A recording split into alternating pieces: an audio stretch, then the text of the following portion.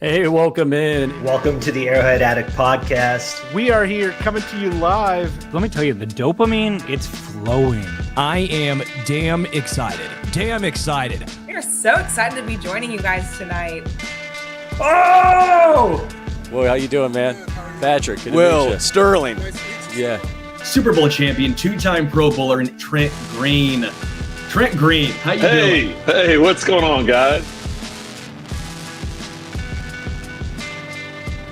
And he picked it up! He picked it up! He's gonna score!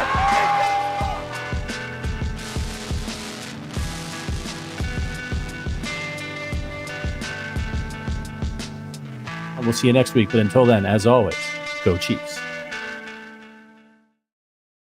Welcome. This is Freaky Friday here on the Arrowhead Addict channel. I'm Adam Best, and I will not be joined by the golden voice of Sterling Holmes today. He is out golfing. What a silly sport. He is on his yearly golfing vacation. I know our guest today also likes golf. If you want to know my feelings on golf, get on YouTube and search Robin Williams Golf. That will sum it up perfectly. But I'm, of course, joined by the old chief himself, Dr. John Best, my father, the guy who passed down what was a sickness in being a Chiefs fan for a lot of my life, but it now is the richest blessing a sports fan could possibly imagine. Dad, how you doing? Good. I may add, I'm ready to retire from cardiology and be a doctor of chiefology.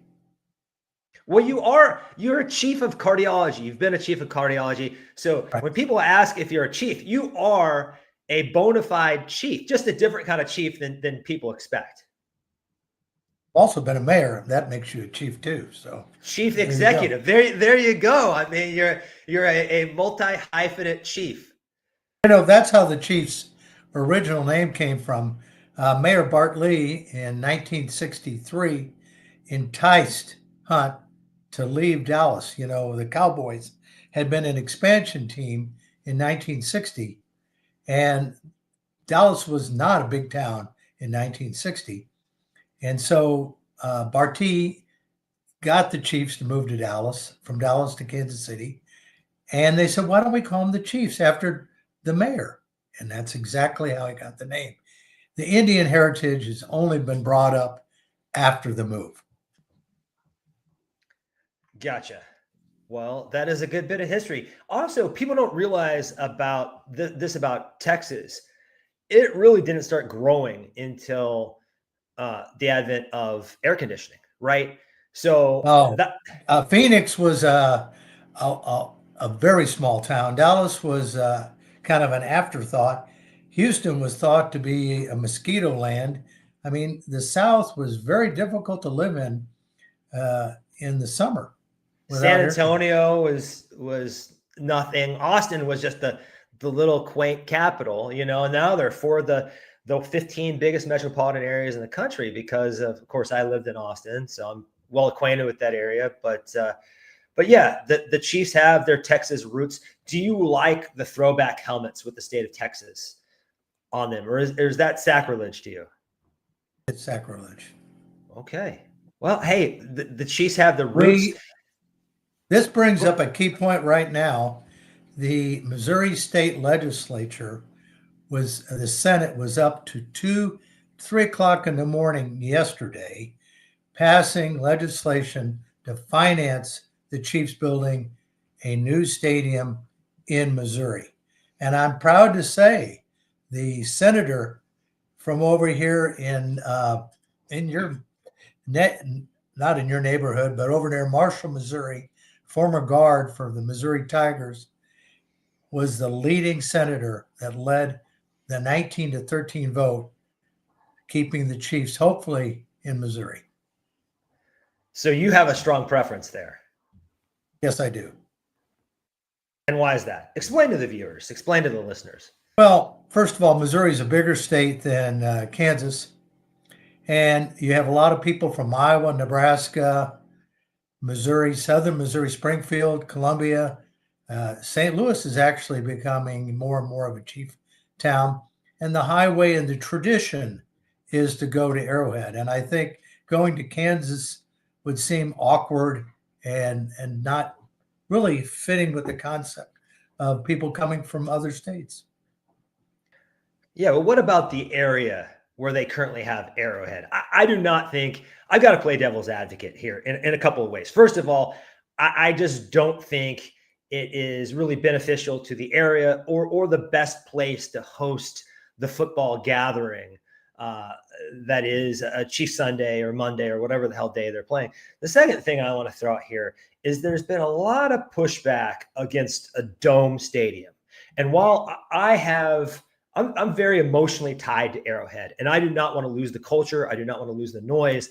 But this kind of narrative that dome football is soft, ladies and gentlemen, there is no form of NFL football that is soft. These guys beat the ever-loving piss out of each other every single game, no matter whether it's in a dome or an outdoor stadium, or what I think is the best solution for the Chiefs, a hybrid stadium.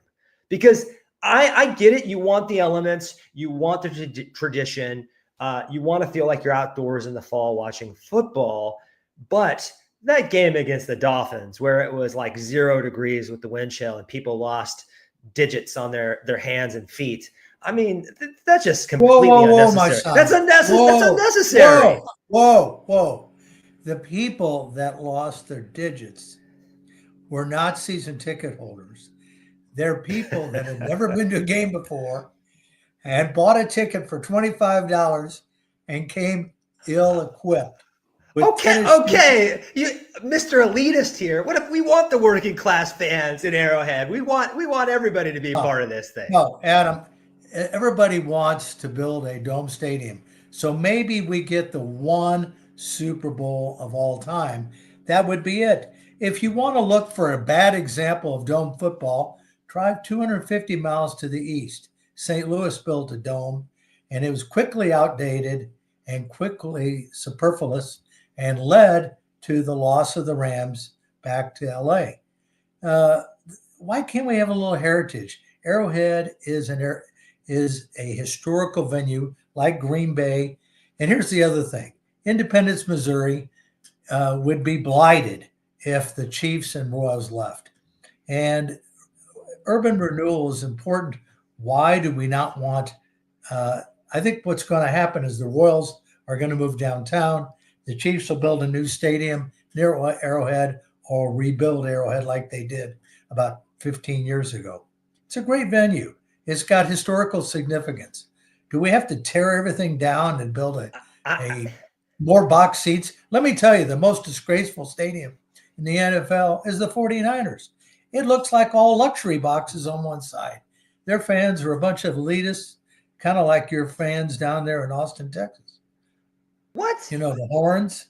Okay, let's not take – Austin is a beloved city, is a wonderful place. Let's not take pot shots at Austin.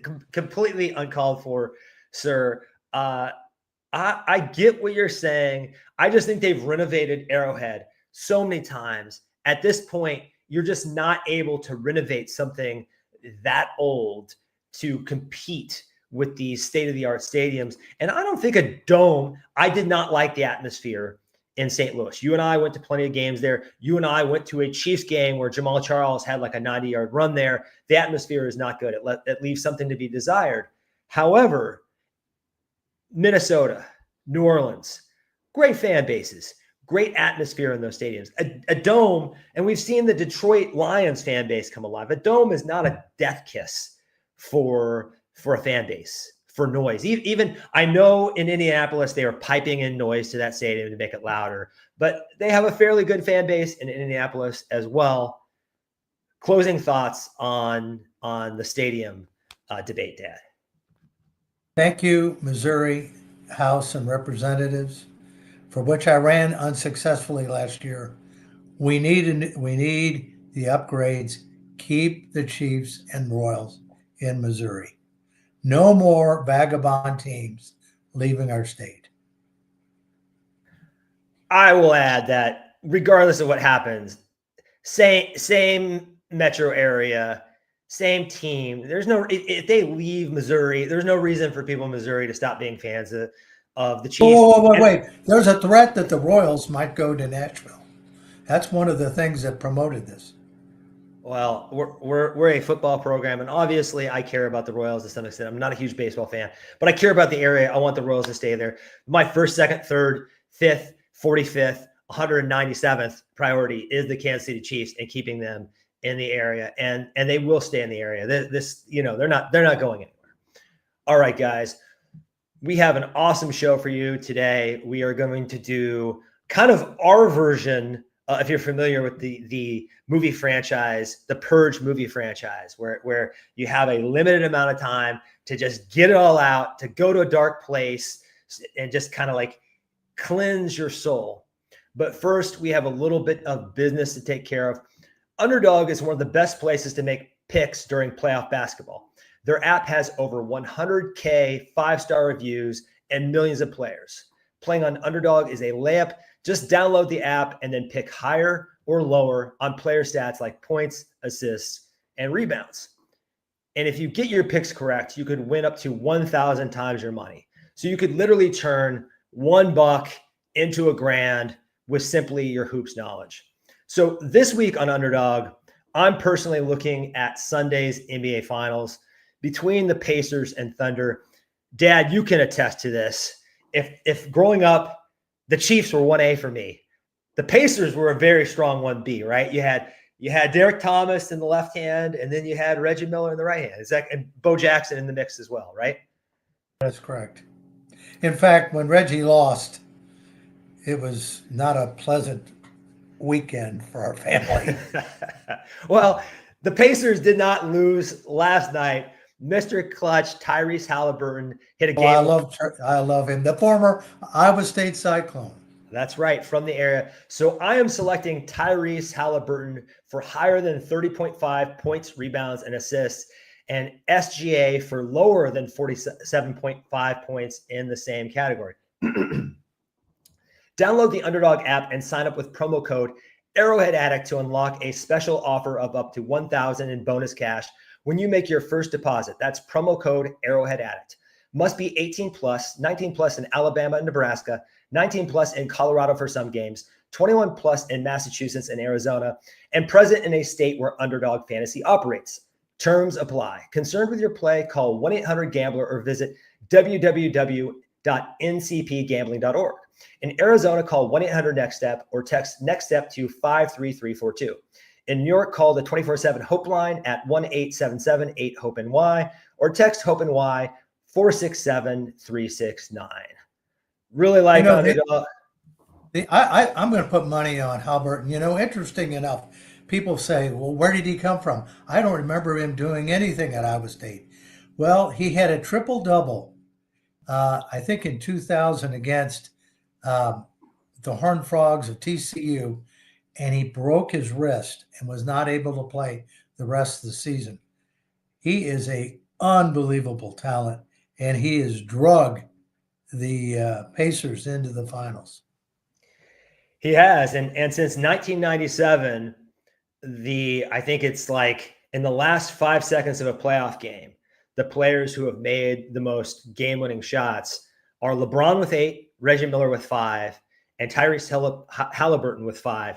But Tyrese Halliburton has 4 in this playoffs. He has 1 game-winning shot or game-tying shot in the last 5 seconds per series, and he has the highest field goal percentage. Reggie Miller, of course, has the second highest percentage.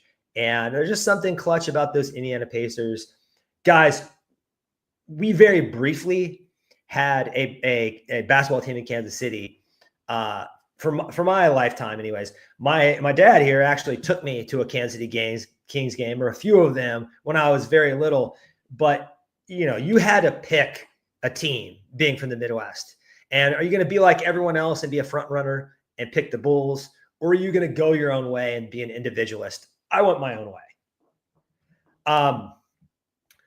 Fun segment for you guys today. 3 parts. We're going to do the biggest villains in Chiefs history. So since we have our 2 oldest hosts on the program, and I'm not going to age either of us. That would be unpleasant. But we're basically our resident historians here on the channel. So we thought we'd take a look back in the past, I feel like Chiefs Kingdom has been too tormented to sort of deal with this trauma, right? But after 3 Lombardis in 7 seasons, it is time to exercise some demons. Here's how this is going to work. It's going to be a fast and furious Friday. 3 segments, 3 mini segments, 10 minutes apiece with some help from our old friend, the Countdown-a-tron 8008, aka Boob. So these are going to be free-flowing conversations where we just get some stuff off of our chest.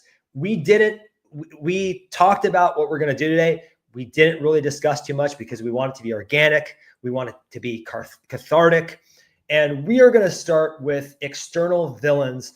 And those are players and personnel outside of the organization that tormented our Chiefs and our fan base. Dad, why don't you kick us off with some names you have on your list here? The first I would say would be Al Davis and the Oakland Raiders. Al Davis was very jealous of Lamar Hunt. They both started the league together, but they didn't name it the Al Davis AFC Championship Trophy, did they? Because Al Davis and the Raiders, everybody probably wonders where the hatred between the two teams started. Well, it started in 1970. The Chiefs were playing the Raiders in old Kansas City Municipal Stadium. They had 3rd and 4, and they were up by 3 points with 2 minutes left to go. Lenny called a bootleg to the right. He got free and went for about 20 yards, and he slid, just doing quarterback slide. Ben Davidson, the 6'8", 300-pound defensive end, ran and put a helmet in Lenny's back. It's a quite flagrant foul. And with that, Otis Taylor tackled him, and a melee ensued with the Sugar Bear coming off the sidelines. And it took about 5 minutes to get the fight stopped. Guess what the refs did? They called offsetting fouls, no first down. The Chiefs had 3rd and 4. They didn't make the first down. They punted. The Raiders with George Blanda drove down, and George Blanda kicked a 45-yard field goal to tie. As a result, when they played in Oakland, the Raiders won, and the Raiders won the division championship. That melee, I remember watching it as a kid on TV. It looked like World Wrestling Foundation. When you have 20 players or 25 players hitting each other and tackling each other, it was quite a sight to see. I think that was the thing that really started the hatred between the Raiders and the Chiefs. And then that was also reinforced when one of the Raiders hit Tony Gonzalez in the face, if you remember that, a few years later. So that, I would say, Al Davis and the Raiders. I know everybody wants to say John Elway is the #1 villain, and he's certainly up there. But Al Davis and the Raiders have been a thorn in our side since 1960. I think the issue with the Raiders, whether it be Los Angeles, Oakland, Vegas, wherever the hell they happen to be on any given day, right? Because they're kind of the nomads of the AFC West. Although the Chargers are kind of joining them. Who knows if they'll even stick in LA with this non-existent fan base out here. And speaking of the Chargers, quick aside, they've never won a Super Bowl. They don't really have a fan base. It's just almost impossible for them to be a villain. They would be a poorly written villain in a story. Not so quick. Hold on. We're gonna get to the Raiders real quick here. The Raiders. The issue with the Raiders is, yes, they made a Super Bowl. I want to say 2002, right? They lost the Super Bowl. Pardon me, the Chargers. They're saying. No, you said Raiders. I'm not. I'm talking about the Raiders. The Raiders have not made a Super Bowl in 2002. They lost to the Buccaneers. Okay, that's the last time they made a Super Bowl. They have been since Al Davis died, and even in the later years of Al Davis, they have been a completely unserious franchise. They're unserious. Their owner, he's cash strapped. He is the worst of the NFL Nepo babies. He is not his father. Say what you will about Al Davis. Al Davis was a very brilliant man. He was an iconoclast. The NFL would not exist without Al Davis. And he built something, man. He built the Raiders. As much as I dislike them, they have an aura. They have a mystique. They have something. They have an ingredient that no other team in pro sports has. And they have really squandered that. So it's hard to hate them as much as we once did. But the arrogance of Sean Payton as the new coach of the Denver Broncos is making it easy to hate the Denver Broncos again. You know, they are the ultimate smug franchise with guys like McCaffrey and Elway and old man Shanahan and even Shannon Sharp. Unc has been more likable in his post-playing career. But Bill Romanowski. Oh man, what an unlikable, smug franchise they were during the kind of halcyon days of John Elway. This is the team that tormented me in my age group growing up. I know we had that run of 14 or 15 consecutive victories over them, but I think the Denver Broncos, in my heart, are villain numero uno. You don't think so? You think it's the Raiders? I think it's the Raiders started, but when they had John Elway refused to go to Baltimore, and then they got Peyton Manning, and then Shannon Sharp kept reiterating Derek Thomas's girlfriend's number, started one of the biggest fights. Derek Thomas got thrown out of the game. Shannon Sharp set a record for receiving yards. I think all-time tight end in the game was 215 yards. It was embarrassing on Monday Night Football, and Lamar was furious about that. It was a very embarrassing episode in Chief history. The Broncos have been a thorn in our side. A lot of the hatred in Denver towards the Chiefs goes way back to Hank Stram. The Chiefs were beating the Broncos 45 or 50 to nothing. It was a snowy game, an old Mile High. Hank said, don't kick the ball deep, kick it 15 yards, then that way they'll have better possession.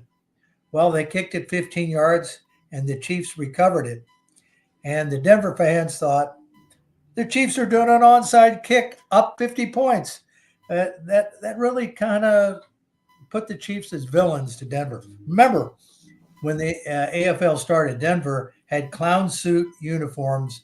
They were a pathetic franchise. Yeah, clown suit. I love it. Some other villains that have to be discussed here. I got one that I'm going to go off on, but we're running out of time. The Indianapolis Colts just have been an amazing thorn in the Kansas City Chiefs franchise playoff history. I mean, you have the Alex Smith game with that crazy Andrew Luck comeback. You have the game in the 90s, which we will talk about later. You have the Herm Edwards, Larry Johnson team that lost them. You have the no punt Peyton Manning game. It's like this, they could not beat the Colts. Two modern ones that I think right now, Nick Sirianni and Jamar Chase might be the most two unlikable guys in the NFL. And it's fitting, but it also chaps my ass that a nice guy, the ultimate nice guy in Andy Reid couldn't win in Philly, but Nick Sirianni, who is, I mean, we just need to say it. The guy's a dickhead. And I think he takes tremendous pride in being a prick. He's the perfect ambassador for the city of Philadelphia, and really started some beef with Chiefs fans at Arrowhead on Monday night when he was directly insulting and confronting the fan base.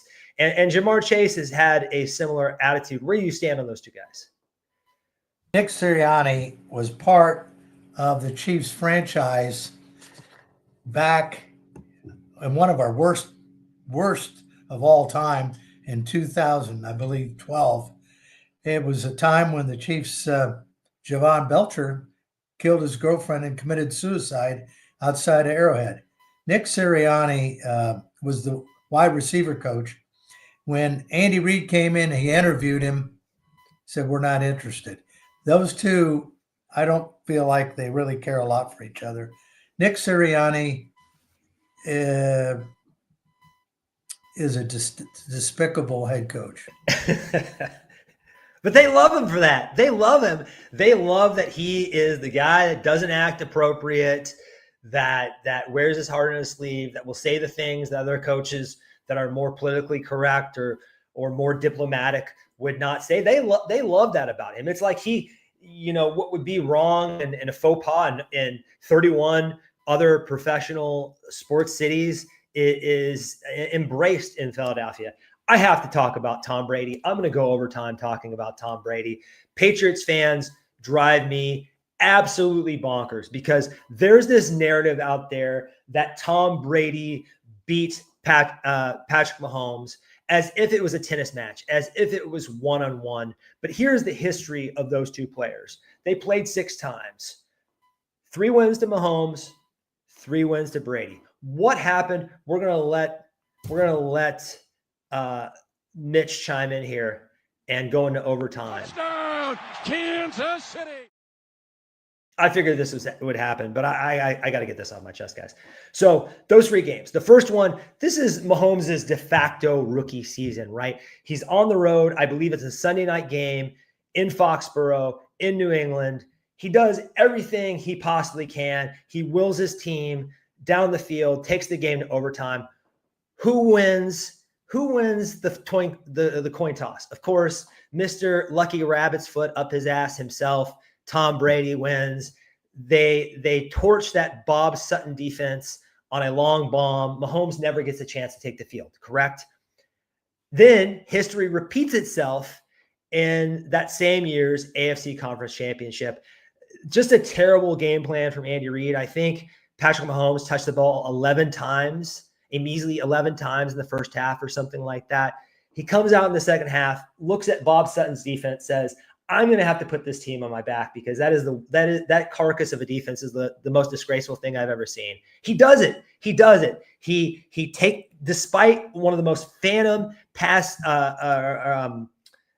roughing the passer calls I've ever seen, where Chris Jones might have grazed a millimeter of Tom Brady's helmet and also D Ford jumping off sides. Patrick Mahomes willed his team back in the game and overtime.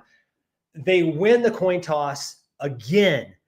And everyone acted like Tony Romo was some soothsaying oracle during that game. That game made Tony Romo. But you and I, Dad, were sitting there watching the same thing saying, they're going to go to Gronk here. They're going to go to Edelman here. It didn't take, it didn't take John Madden to figure that out. It was a disgraceful effort by the defense. That is game 2. Let me hit game 3. But how did they score the touchdown? Right up the middle. Nebraska running back. Because they could do whatever they wanted was the point with that defense. Mahomes never touched the ball. And to act like Brady when his team was very good on offense and the discrepancy between the Patriots defense being helmed by Bill Belichick and the Chiefs defense being helmed by Bob Sutton is laughable. So to act like that game was won because of Tom Brady and not lost because of D Ford and Bob Sutton, the Kansas City defense, is just making a mockery of the sport. The third loss Mahomes had to Brady was, who do you think gets the first home Super Bowl game in NFL history? Of course, it's Tom Brady. Goes to Tampa Bay in his first year, gets to host the Super Bowl there in Tampa Bay. And how does that game go? Well, first of all, Mitchell Schwartz and Eric Fisher aren't playing. Eric Fisher blows out his Achilles the week before. And for Tom Brady to even get there, it took like a Scotty Miller blown coverage Hail Mary at the end of the first half. And David Bakhtiari got hurt for the Packers. So just the luck with this guy keeps continuing. And people think that game was just an all-out ass-kicking from the start. The Chiefs had an interception wiped off the board, interception by the Honey Badger on a phantom pass interference call. There were 2 horrendous pass interference calls in that game. Also, their center, I'm blanking on his name, started a fight with Chris Jones. It was obvious that he started a fight with Chris Jones. They throw a flag on Chris Jones. I lost my mind. I about broke my television set. But the Chiefs, they could not block. Patrick Mahomes got pressured 28 times. Travis Kelce, Tyreek Hill, they forget the catch, right? So many things go wrong in that game. And I just think to look at a series that is 500 between Brady and Mahomes and act like Brady just totally had Mahomes' number is just the biggest bit of revisionist history we've ever seen. And I know this is going to hang over our heads the entire time we have this GOAT debate for the next 15, 20 years. And it just drives me nuts. I've talked enough. I'm going to shut up. Dad, talk about Tom Brady and the Patriots. Well, first of all, before you badmouth the Chiefs' offensive line against Tampa Bay, 2 of the starters in that Super Bowl started for the Redskins last year. Well, they didn't do that because there is no such team. But I think you're talking about the Commanders. The Washington. The Commanders is a terrible name. Let's just call them the Washington Football Team, right? Whatever. We could call them the Washington Sleepy Joes. I don't care. Okay. Or the Washington Donalds. I don't care. Okay. Your favorite player for the Chiefs must be Bernard Pollard. Who came in, no comment. Yeah. No comment. Yeah, who cheap-shotted Brady and cost him a year. Tom Brady I don't see why we have to have one greatest of all time. We're lucky to have great players, and Tom Brady is a great player. Players make their luck. I used to wonder when I was a kid why Oklahoma always beat Missouri and why they had a great football team. It wasn't part of it was tradition, but they just had better players and they had better coaching. And I think, the New England had like the Chiefs have right now, they have a team, a nucleus that believes they can win on any given Sunday. And Tom Brady is one of the greats of all time. Is he the greatest? Probably right now statistically, but I can tell you there's been great quarterbacks every era. We were going to talk about villains. How about within the Chiefs? Hold on. We'll get to that, but you said statistically he's probably the greatest. If you look at 1999 till now, playoffs and regular season in expected points added per play, Patrick Mahomes is number 1. Number 2 is Peyton Manning. Number 3, kind of quite a dip down from Patrick Mahomes, is Tom Brady. I respect Tom Brady. I think he's a hell of a competitor. I don't hate him. What I hate is the way the Mahomes haters and naysayers and the Tom Brady stands and the Patriots fans are having this preemptive smear campaign to destroy Patrick Mahomes' GOAT chances before they even begin. But the fact of the matter is, 7 years into an NFL career, nobody has been better statistically or team accomplishments wise than Patrick Mahomes. And that's just a fact, guys. Everybody in Boston can hate it, but that's just the truth. Okay. I got it off my chest. That was a great transition that I ruined, Dad. Internal villains. These are players and personnel inside of the organization that tormented the Chiefs. So we're not doing draft picks here. We're doing either signed or acquired, but they can be more than players. They can be coaches. They can be front office members. They can be anybody who's associated with the team. I've actually got an internal villain that wasn't officially on the team that I will get to. But Dad, why don't you kick us off here with internal villains?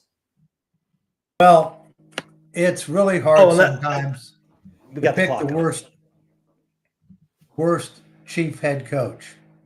Paul Wiggins came in 1977 from Stanford, and everybody thought he was a genius, replacing Hank Stram. He was fired in 6 games. Romeo Cromwell replaced in 2012, and after they started 0-7 and a loss to Oakland, he was asked by a reporter, why did Jamal Charles only carry the ball 5 times in a game? He said, I don't know. He's the head coach, folks. Talk about clueless. Oh, man. Another one, I I would say that was a terrible head coach, and he's probably your least favorite, Herm Edwards. He took a 4-12 2007 team, turned it into a 2-14 2018. That team lost while he was head coach over the 2 years, 19 out of 20 games. He caused Carl Peterson to be fired. He caused Jared Allen to be traded. He went with a quarterback called Tyler Thigpen, and Jared Allen had more sacks that year than the Chiefs, who set an all-time NFL record of only 10 sacks.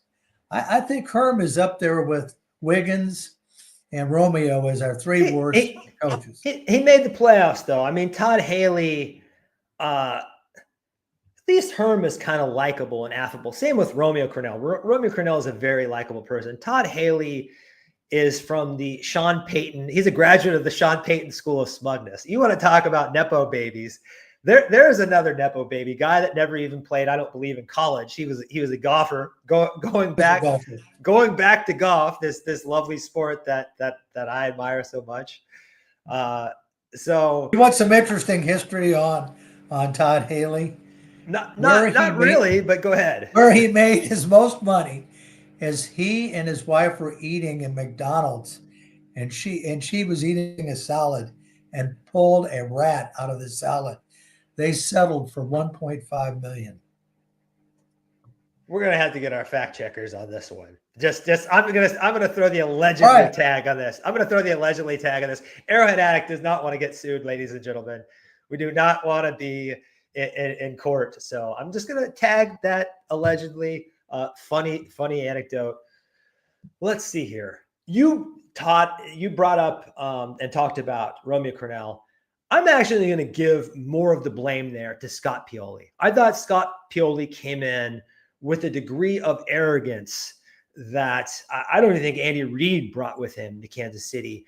And him insisting on instilling and installing the Patriot way. You know, I think the Chiefs, if they would have just stuck with the 4-3 defense instead of a 3-4, some of these draft busts that we're about to talk about on the defensive line probably would have been a little bit better.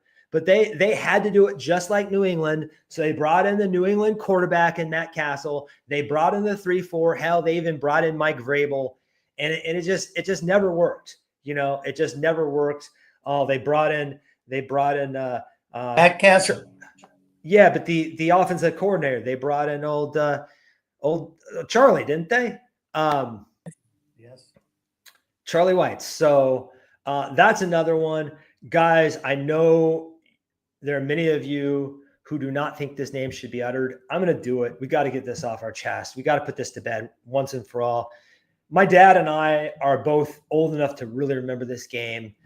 Lynn Elliott, Dad, talk to us about that mid-90s.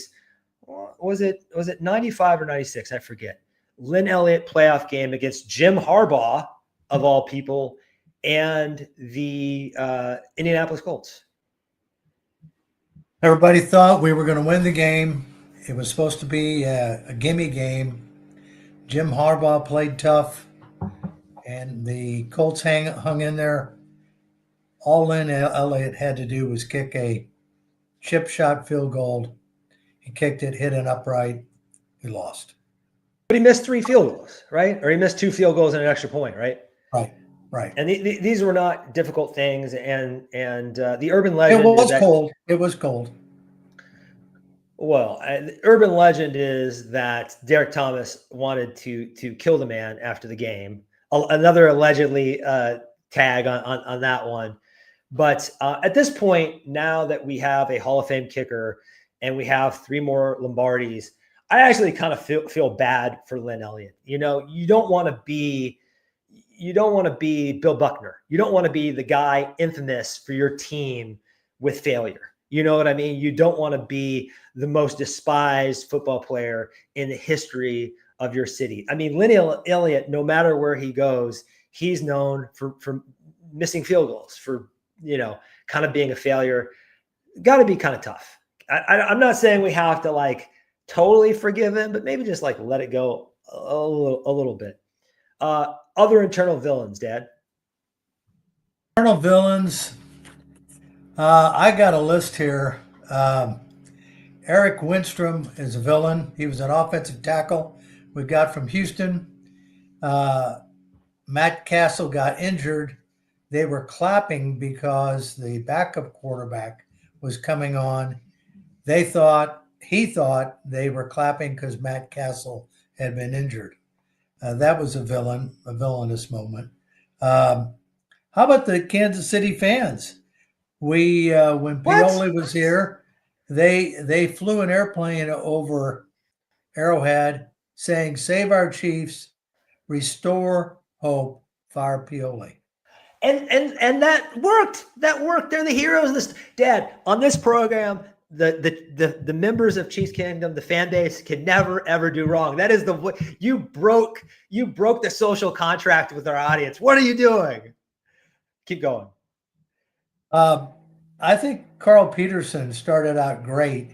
He revived the Chiefs, brought in Marty, but in the end, he became very self-serving, pompous, and traded Jared Allen in a fit of anger because he said he was unfit to be a Chief.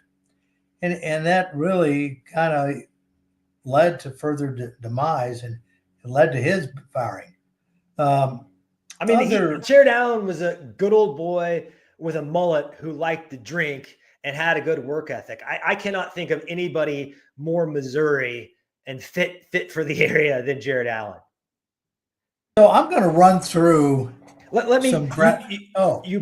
brought up pompous and self-absorbed and Carl Peterson, and his partner in crime with those same attributes was Jason Whitlock. I had to mention Jason Whitlock, who just completely has become a whack job, and at his end of his tenure, talking about the Chiefs and the way he talks about the Chiefs now. I mean, the guy is not exactly adored in Kansas City anymore. But the floor is yours. Well, at that time, Marty and the players had gotten out of control. Tamarick Vanover, Bam Morris, allegedly were hijacking cars from the airport and selling them in Florida. We had some bad actors, I think, on the team. And the Chiefs of that time, or the Chiefs from the 99 to when Andy came in 2013, our franchise was, except for a brief time when we had the crying coach, Vermeil. Vermeil. We did pretty well. I love Dick Vermeil. So we've had some enemies from within. But overall, I think the one thing you learn from sports is when you turn over your coaches frequently, you wind up going down to depths that you really don't want to go to. Turning over coaches is not the way to build a program. Continuity. I think Philadelphia is lucky that they didn't fire Sirianni last year, the year between the two Super Bowls. His team lost, I think, 5 or 6 in a row, and they looked like they were in a downward spiral. And somehow he got some different assistant coaches in there, and they traded for a few players and drafted a few players. They turned it around. Same thing with their general manager, Howie Roseman. The worst that's going to happen to Howie Roseman is that he's going to get a better draft pick and get another crack at it next year. So this is one of the things that has made the Chiefs great. Yes, it is Patrick Mahomes. Yes, it is Andy Reid. It's Travis Kelce. It's Chris Jones. It's Steve Spagnuolo. But they have the luxury of thinking in 5-year increments in a league where most teams are thinking in 1 or 2 year increments and thinking about today's holes, not tomorrow's upside. And I think that's what the old Chief is getting at here is that sometimes these coaches and general managers are, the hourglass is turned over and there's just not enough sand to get the job done. So any honorable mentions here? I'm going to throw out one of the hardest ones to wrap my head around, and that is Kadarius Toney. Kadarius Toney. Cadaverous Tony. That great nickname. He did have one of the greatest moments in Kansas City Chiefs history. That Super Bowl punt return that really kind of swung the balance of that game. I don't think the Chiefs would have won the Super Bowl without him. So that trade has to be seen as a success. But here's a guy who thinks he's Justin Jefferson when he's really just Tavon Austin. I hoped he was Percy Harvin. He was more Percy Snow, which is someone we'll get to here. Just a real debacle and a disaster after that initial season that showed a glimpse of hope. Do you have anybody else like Kadarius Toney where you kind of had high hopes and it just turned out to be an unmitigated disaster? I have about 10 of them, but rattle them off. This is honorable mention really fast. Okay. Marcus Peters, first round pick. We thought he was going to be a great player. He wouldn't tackle. That's a hot take. And he lost control in a game against the Jets, threw a flag, took his shoes off, and threw him in the audience. He was pretty bad. Great player, though, in my opinion. Just saying. I got a whole list of players, but some of them were bad. Well, the LSU boys, Dorsey and Tyson Jackson, completely overrated. Well, those are draft busts. So, okay, any other players you're saying that was a bust? I think the whole saga with Javon Belcher killing his girlfriend and then committing suicide. You've brought this up twice. Why are we talking about this? This is too dark for even the Purge show. This is Friday, man. We're getting ready for the weekend. We want to have fun. That's poor. I will say, I really feel for Scott Pioli, to be serious for a minute, and Romeo Crennel that they had to go through that. That is a harrowing experience, and I just can't imagine what it did to them and their families and all the families involved. Just terrible. I think it's terrible. I think it's absolutely terrible, and it's sad. It's very sad. We were talking about people we didn't like within the organization. The Chiefs are a likable franchise. Okay, that is the correct answer. And you mentioned two draft busts, the LSU boys. Perfect transition. Our next category and our final category is draft bust. So these are Chiefs draft selections that caused mass suffering and or set the franchise back. The floor is yours, Dad. Number one, Elmo Wright was a wide receiver from Houston. When they drafted him, I don't think they realized that he was only about 5'7" or 5'6". He couldn't get open for catching passes, so they put him as a kick returner. And he did pretty well with kick returns at first until people would come down and clothesline him, and he was out of the league right away. That was in 71. 74, Woody Green was a running back from Arizona State, and I think he got involved with the police in some illegal activities and never played any significant time for the Chiefs. 1979, another bust. Steve Fuller, we thought he was going to be our answer quarterback. He came in from Clemson. Percy Snow sticks out as a super bust. He was a linebacker from Michigan State, was riding a moped up in Wisconsin. It may have been in William Jewell. I can't remember which. He fell off, broke his ankle, never regained his form.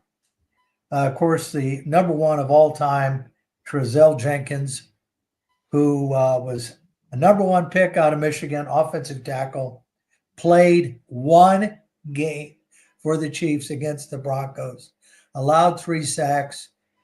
He was out of the league within the next probably 1 year or 2 years. One game started. He played for the Chiefs 95 to 97, a brief stint with the Saints in 97, was only on the practice squad for the Vikings in 1998, was out of the league in a blink. Tough. If he knew Jerry Glanville, he is the poster boy for what does NFL stand for? Not for long. Ryan Sims is another bust. Everybody thought out of North Carolina he would help our defense. The fact that he played next to one of the great players of all time, Julius Peppers, and it made him look good. So you have to look at these guys. Harvey Williams is running back out of LSU. Remember, he had the long neck. He lasted a year with the Chiefs. We had a whole bunch of every team has busts at Sylvester Morris could not play. He kept tearing up his knees. Matt Blunden was a quarterback taken on the second round from Virginia. Never made it. Turk McBride was the second round out of Tennessee in 2006. He had a few moments. Turk and Tank back in the day. It wasn't that bad. You're talking about him like he's Breland Speaks. I mean, you want to talk about a bust. Breland Speaks out of Ole Miss. I mean, top 3 blemish on the resume of one Brett Veach. So we'll get to some of the John Baldwins and some of those guys here in a second. What about your buddy out of K-State, Felix Enuke Umizama? Did I pronounce it right? Yeah, Felix Enuke Uzoma. Yeah, FA. Just stick with FAU. King Felix. Incomplete grade, work in progress. If you want to hear an entire segment dedicated to FAU, yesterday's OG Hour with me and Patrick Allen, we discussed him. He's on probation. And are disgusted with him and the pick. But yeah, sometimes these don't work out. And at 31, it's forgivable, right? Even Trezell Jenkins, it's like, yeah, they got him at 31. These guys that are picked a little higher, Breland Speaks was a second rounder. But this is why there's so much animosity around Ryan Sims.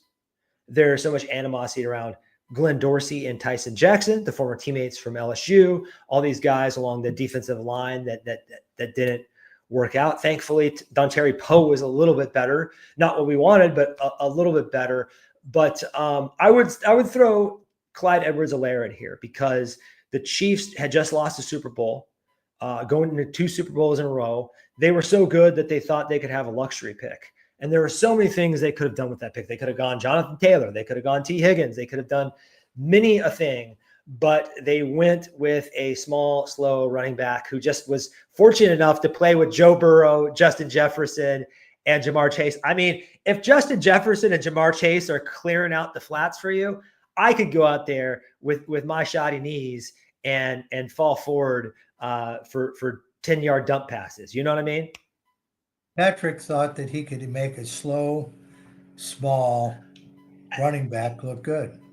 I don't blame Patrick Mahomes for that pick. I know some Chiefs fans do, but if you're going to let a quarterback, a young man who's not even 25, make that pick, that's on you, Brett Veach. That's on you, Andy Reid. And if that was a stipulation to get him to sign, like he has to feel like he has more input, I don't know. So be it.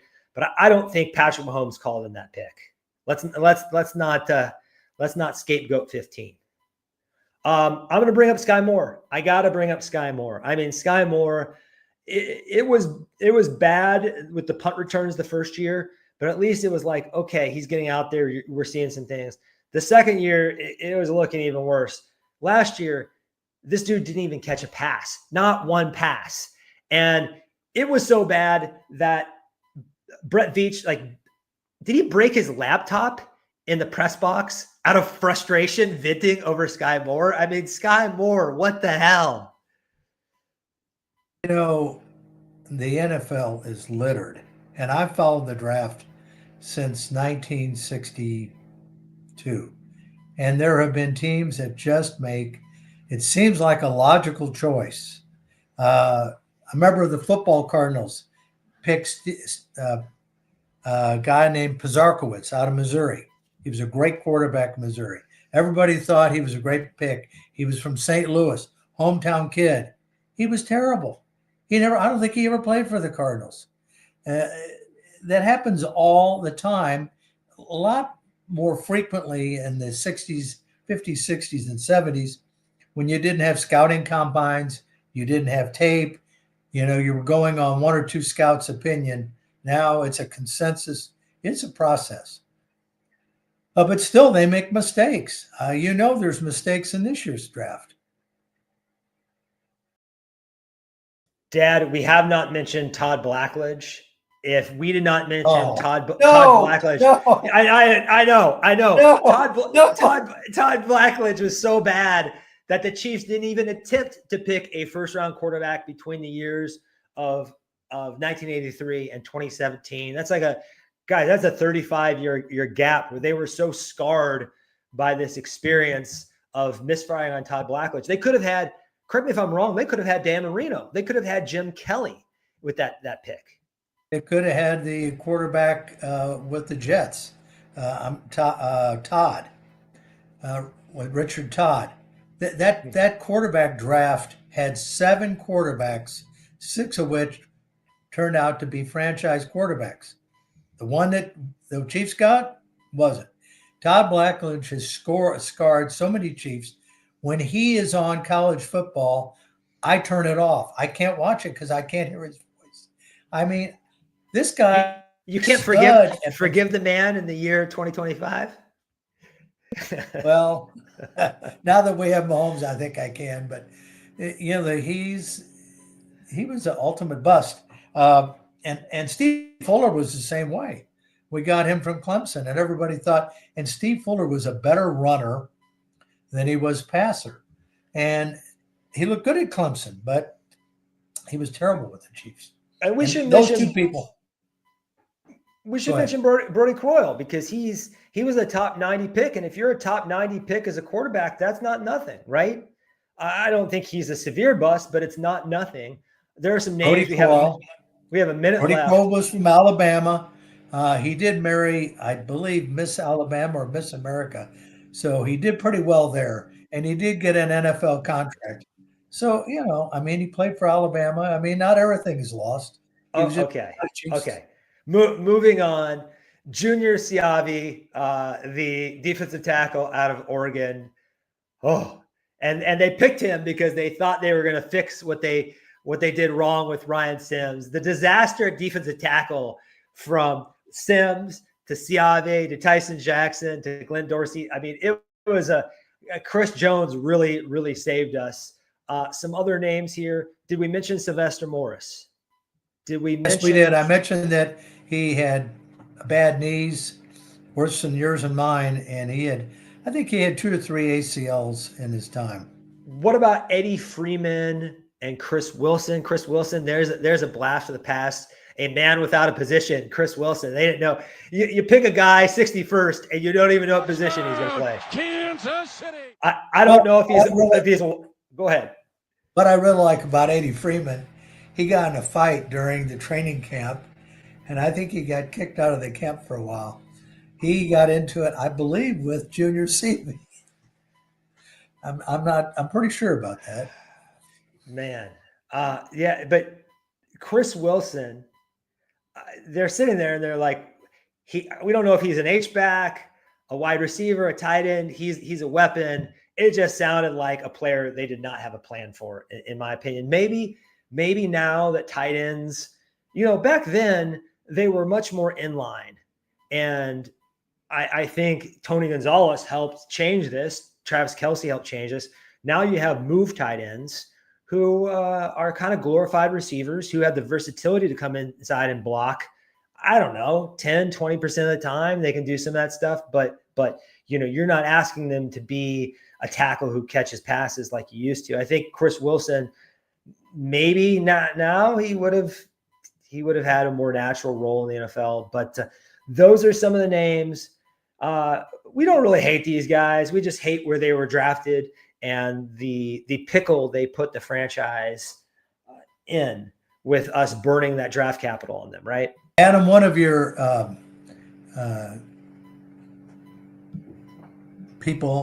Crystal Lee mentioned John Tate. I think John Tate was a pretty good player. He just didn't want to sign a contract, and he and I believe Carl Peterson didn't get along. Is that correct? And he got traded to the Bears. Man, if we're going to go through the list of people who didn't get along with Carl Peterson, we're going to be here until this time next Friday. So King Carl did not treat his subjects well. Let's just put it like that, right? But I still think King Carl, we should look back on Carl Peterson fondly. I guess we'll close I just out mentioned another one, Tony Maoki, the tight end. He was okay. He just was hurt all the time, right? A lot of these guys, people don't realize it, but as a physician, has been a team physician now for 3 different teams in college. These guys get hurt or they have what we call nagging injuries, and it keeps them from really performing up to their max. Remember, every time they tear a ligament or they break a bone, they can't do weightlifting. They can't do training. This was the big concern about the tackle we picked this year, who had the patellar ligament injury. Josh Simmons. Josh Simmons. One of the things that's so important is being able to squat and build up your quads as a offensive lineman and get down in the right position. And that's where all their power comes from. That and their arms pushing away. So that was a concern that he wouldn't be ready because he's probably not done anything for at least 6 months after the surgery.